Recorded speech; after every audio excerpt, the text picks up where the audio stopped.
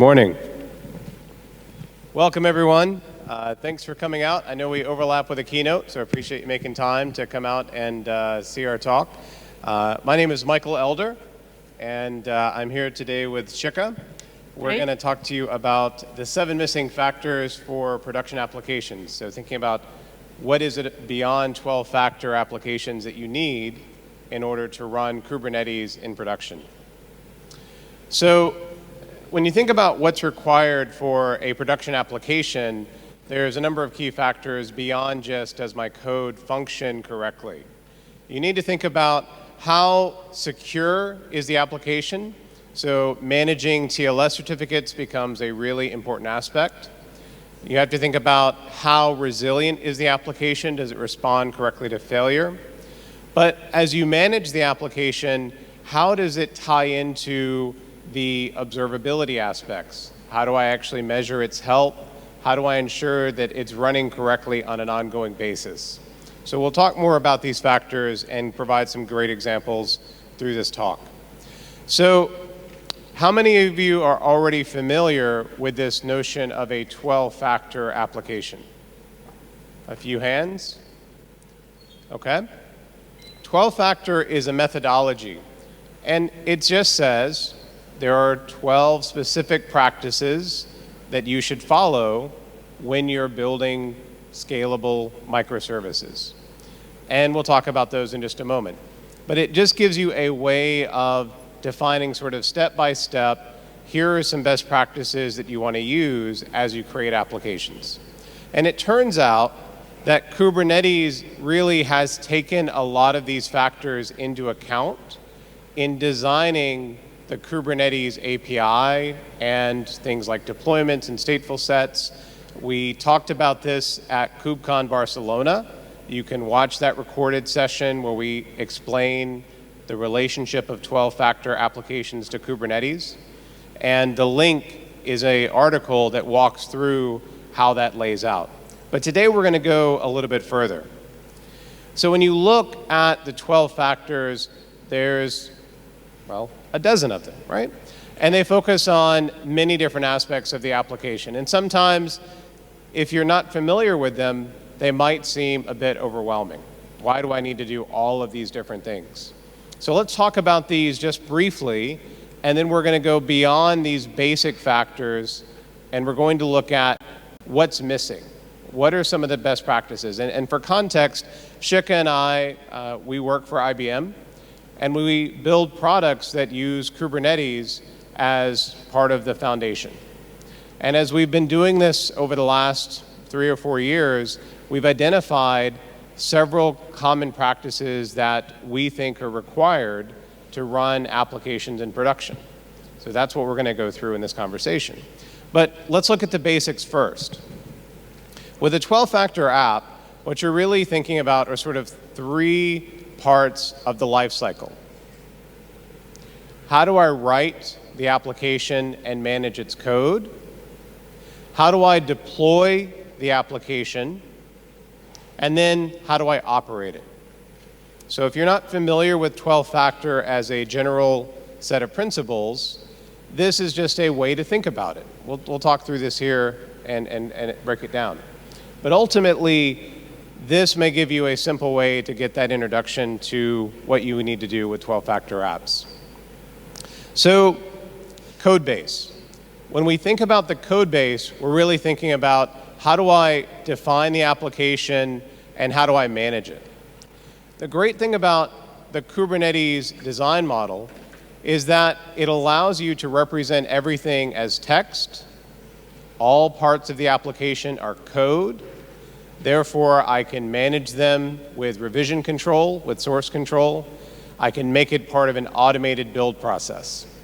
For developers, this means that I can get out of the details of explaining how to scale the application, and instead I can declare things like I want 3 replicas, and Kubernetes will help add more replicas or take them away based on that desired state. Now, this is true from the container image and how I represent that using a Docker file, all the way through to the Kubernetes API and representing things like a deployment or networking services or how it talks to persistent storage.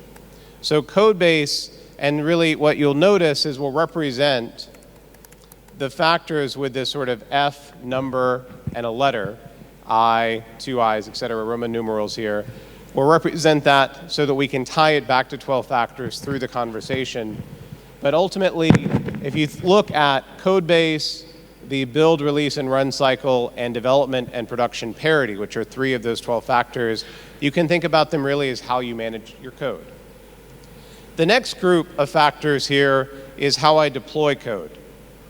Now, what's neat about this is that within the various factors, one of the key principles is separate the configuration from the code base.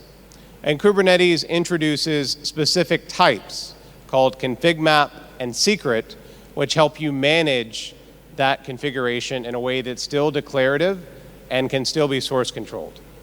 So on the picture, this is sort of representing what's called a Kubernetes pod.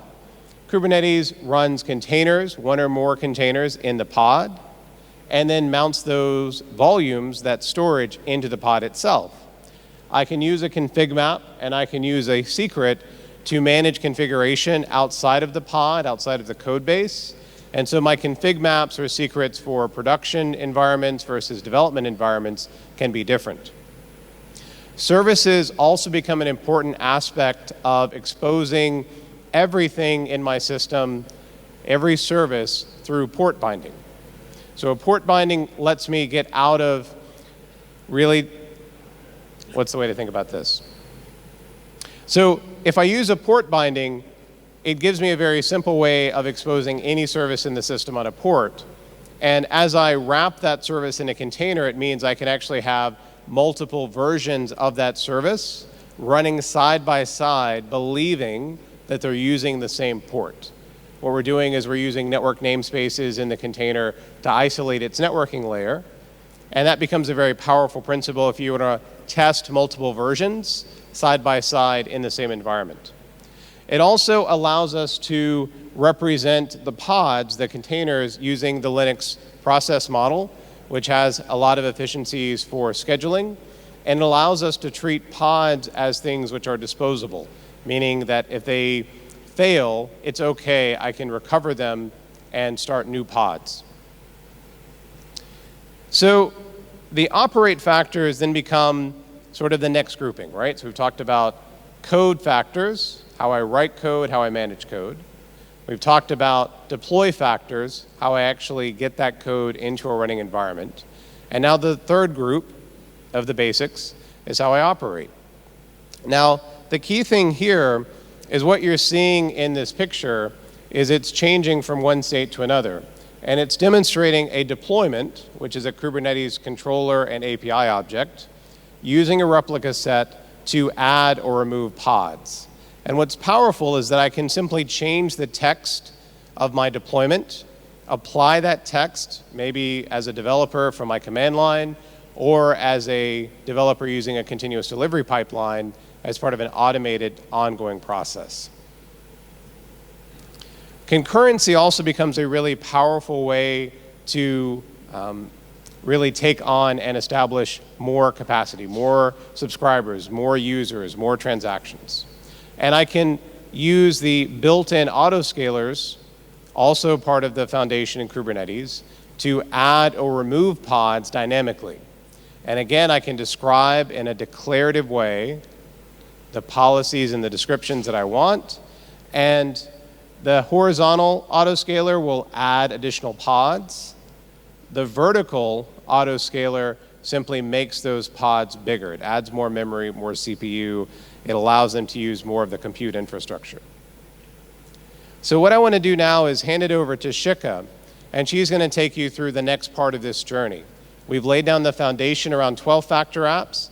Let's talk about what you need beyond that. Thanks, Michael. So as Michael mentioned, we work at IBM, and we are creating these services on Kubernetes, to run on Kubernetes. And as we were looking at all our services, we wanted to standardize some principles or some design principles each of the services follow. So 12 factors were very handy, mapped to Kubernetes, we're following. But then we figured that these are other 7 factors. Am I echoing? Am I echoing? Right. Okay. These are additional factors which unconsciously we're applying to every service because we need to get these services running in production environment, and these are very critical for running any of the services in a production environment in an enterprise organization. So that's where these originated. And this were, as a matter of fact, we were writing down all the principles, all the guidelines for the services, and these stood out, did not map to the existing 12 factors. So Michael and I got together and categorized this as 7 missing factors that we need to take care of in any services that we create in IBM. And of course, it's good to share with rest of all you too. I won't go through here in detail because there's a slide for each one of them. Observability. In a distributed environment, it's really hard to manage and make sure every piece is running properly because it's distributed. There are multiple moving parts moving at the same time. Anything can go wrong impacting the other service. Think about 100 microservices, and one goes wrong, and it's impacting 99 or 10 other microservices. So you really need something inbuilt to make sure your services or your apps are resilient. Kubernetes has some features, and it's up to us to take advantage of it. Readiness Probe is a great one to make sure that you have it in each of your microservice or each of your pods, and that really helps make your system resilient. As you can see in that animated GIF, each of the pod or each of the microservice, you can check for the readiness of all your dependent or your dependencies.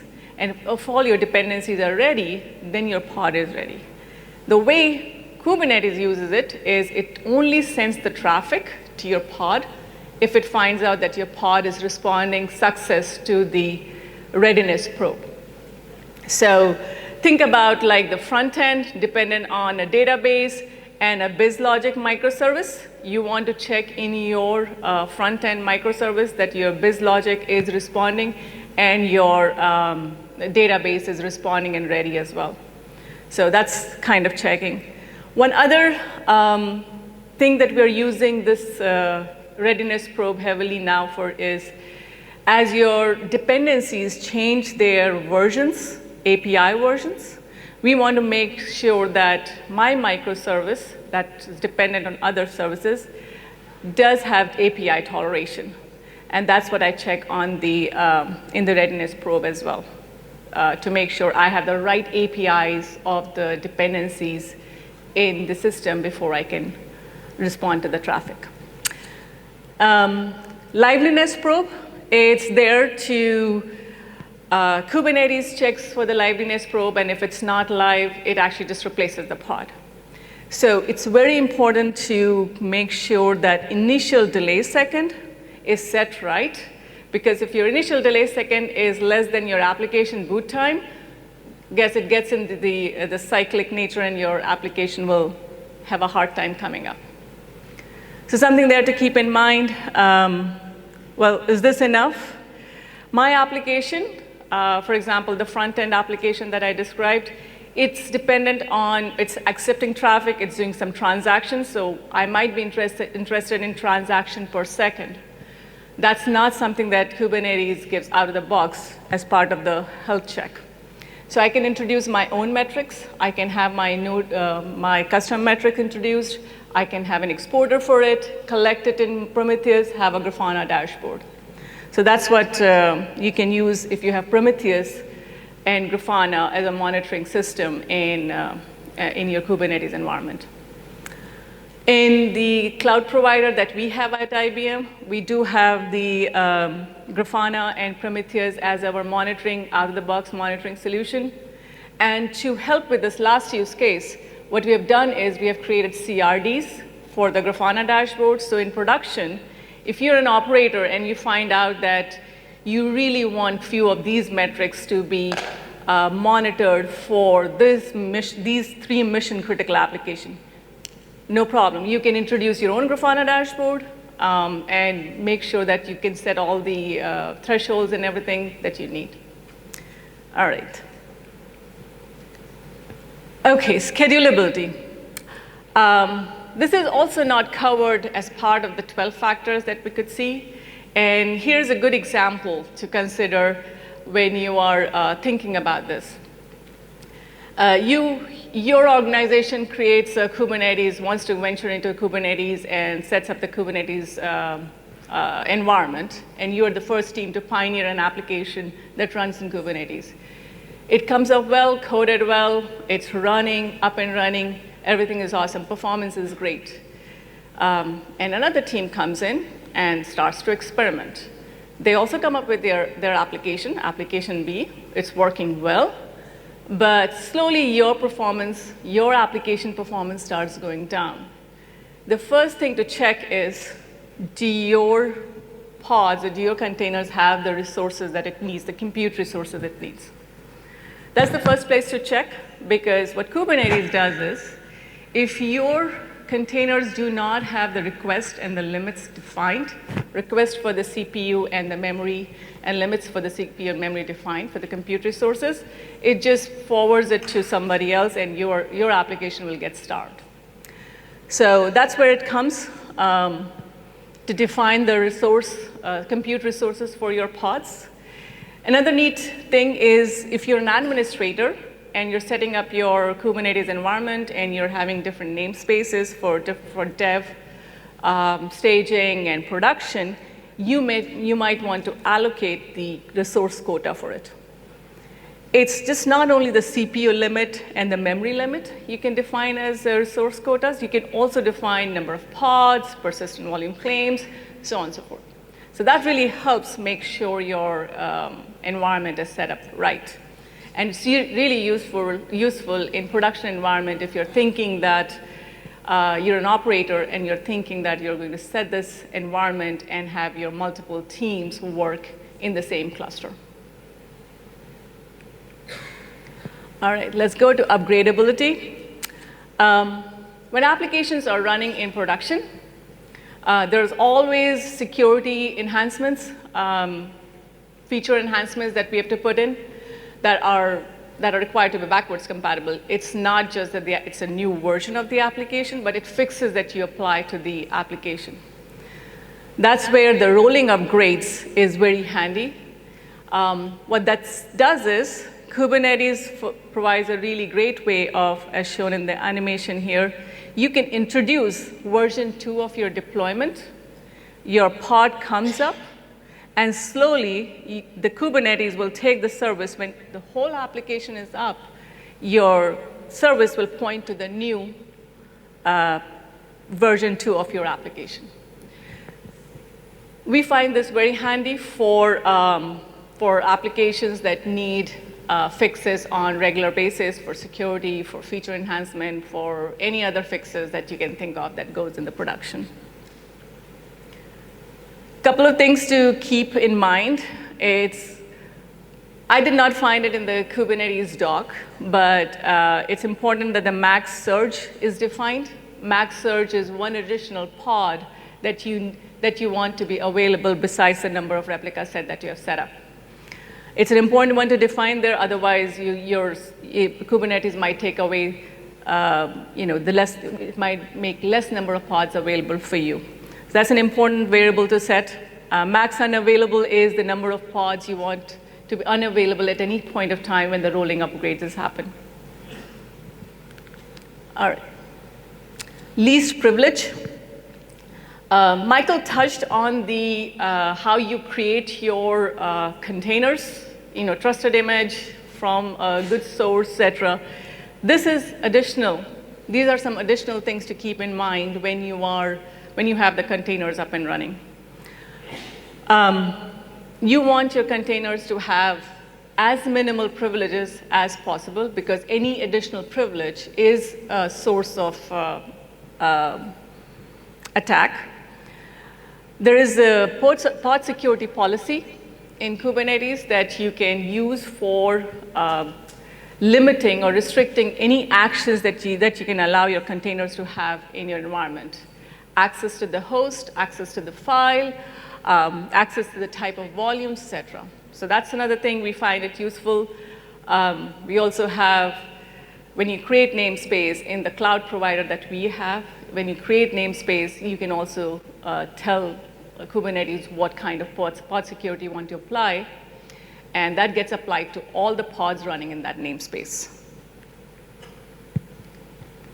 Auditable.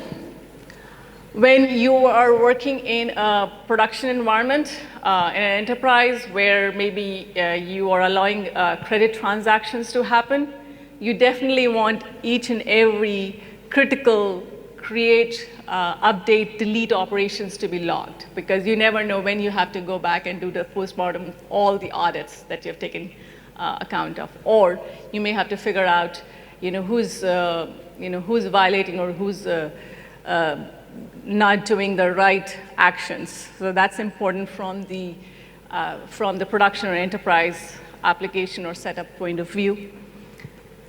We follow the CADF open source format, which helps log each and every detail, which is initiator ID, who is starting the operation, target URI, which is what specific target is getting operated on, and the action along with the resource type that's getting looked at. So that's another one is an important one to have as a factor when you're creating your application. Access control. So this whole topic can be a session by itself or can be a session for the whole day. There is several aspects for your application when it's running really at the enterprise scale to make sure that it is secure. It has the right authentication authorization when a user accesses your application. Network policies, security policies. It has the right level of network policies and security policies applied. It's running in an environment where it has the right level of policies. For example, the policies could be who's changing the configuration of my application. You might want to put a policy in place to allow only operators and administrators to change the configuration of an application. That's an important one to consider when you are putting your application in production. So I won't go through this in detail. Certificate management. This is part of the previous factor. Any communication between to pod should be through TLS. If you are letting your front end to be accessed from the browser, then there should be a certificate established. That's going to this one. In the cloud provider that we have, we use OpenStack as our cert manager. It's an open source project. We use that to make sure that we can have this certificate manager, we can have the certificate rotation, we can renew the certificate, and everything that goes with to make sure any communication between the pods or between the services or browser to application is all done right. And that's the last factor, I believe. Ultimately, whatever you set up in your Kubernetes environment, somebody has to pay for it. So make sure that your application has a way, based on however your cloud provider provides the mechanism, so that it's measurable. You know how much resources you are consuming from the Kubernetes environment. So that's the last factor I believe we have. The next slide. So what really makes a production-ready app ready? There's 3 things that we touched on. Our 12 plus 7 factors goes through or is covered in each one of the other categories here. How are you building the containers? Trusted, small image, how you are configuring the Kubernetes, Kubernetes to host your containers. That's the second one. And then finally, the cloud provider you're using. The cloud provider is providing all the capabilities you need to run your application in production. All right, so we do the demo first, or you want to talk about the life slide first? Okay. Let's do the demo first, and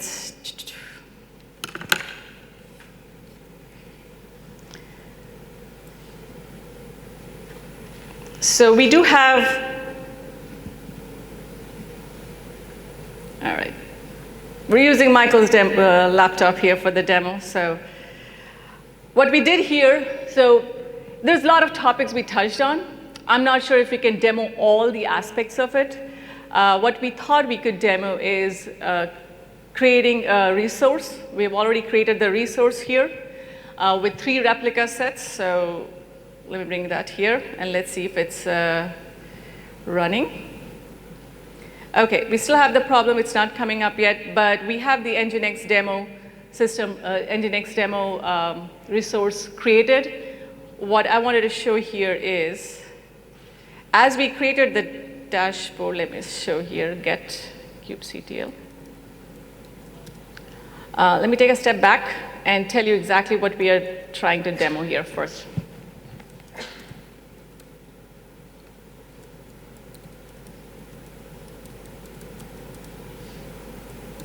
And it was in the default namespace, I think.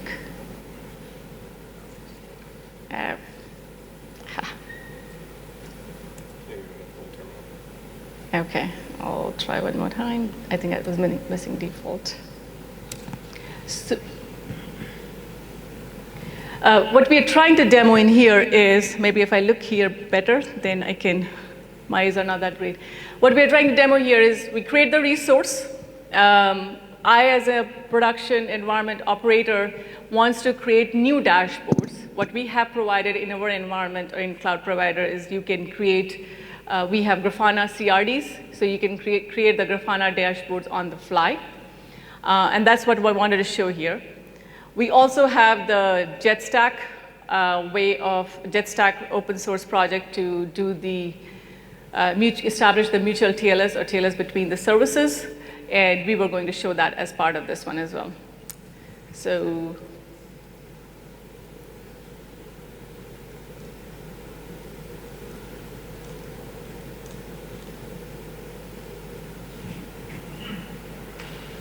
here, I'll pull up the YAML.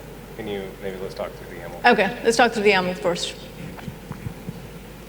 So in the YAML file, we're creating the Nginx resource.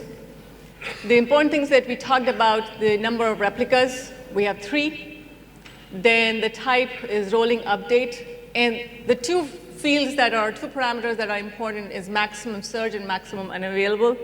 Never set that to 0, because that'll tell Kubernetes that you can have maximum unavailable as 0 or maximum additional as 0. And then the liveliness and readiness probe that we talked about. There are 3 protocols, TCP, command line, and TCP, command line, and there's one more I forget. But those 2 you can apply to check for the readiness and the liveliness of your probe.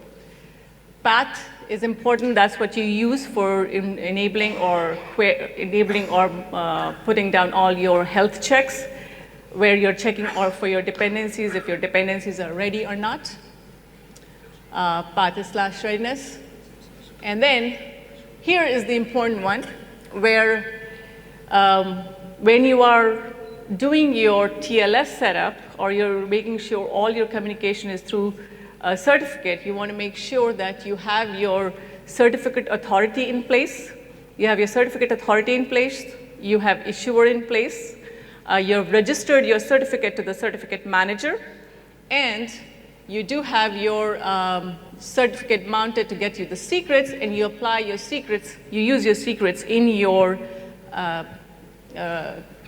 custom resource. So So right here at the bottom is your secret name. That's where I'm getting the cert from, Demo1 Nginx cert. That's the secret name where the certificate is available. I get that certificate, and then I can do my secure communication to the service. Can you talk about how it's created? How the certificate's defined? Where is, okay, so that's the one. Certificate is defined in the secret. I think I touched that one. The certificate is defined in, I access this through the secret. And do you want to add anything more? Oh, yes.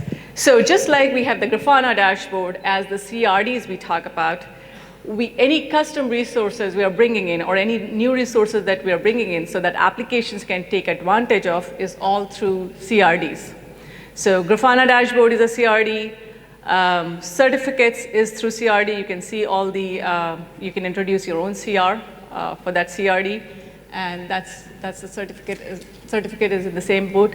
We have alert rules as the CRDs as well. So any new resources that we are introducing is a CRD. All right. Yes. So that's the dashboard, 42 minutes. That's the dashboard we created right before we started the session. We created through the command line as a resource, and that's the dashboard that's coming up, which is a few minutes back. It's collecting the memory for the application Nginx resource that I just created.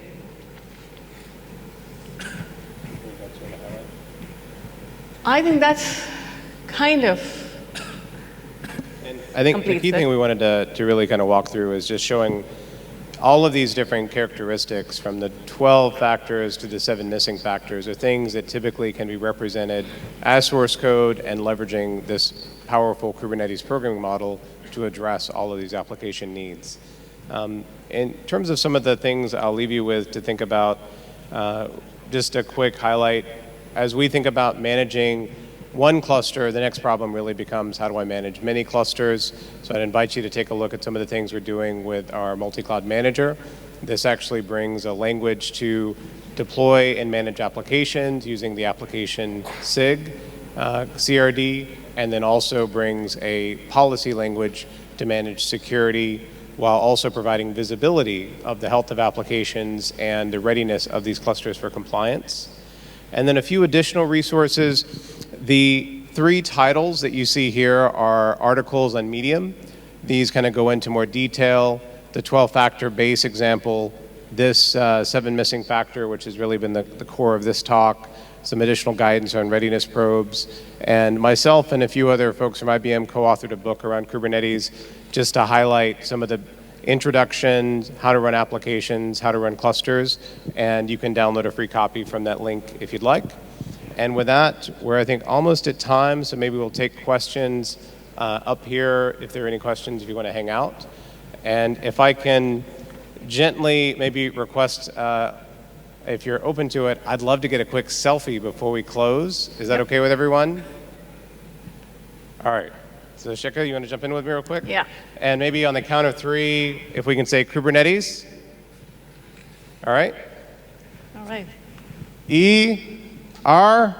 San. Kubernetes. I don't see you. Okay. Awesome. Thank you so much for obliging. We'd love to talk to you more. Please feel free to reach out to us either on Twitter or come talk to us after the talk. Thank you.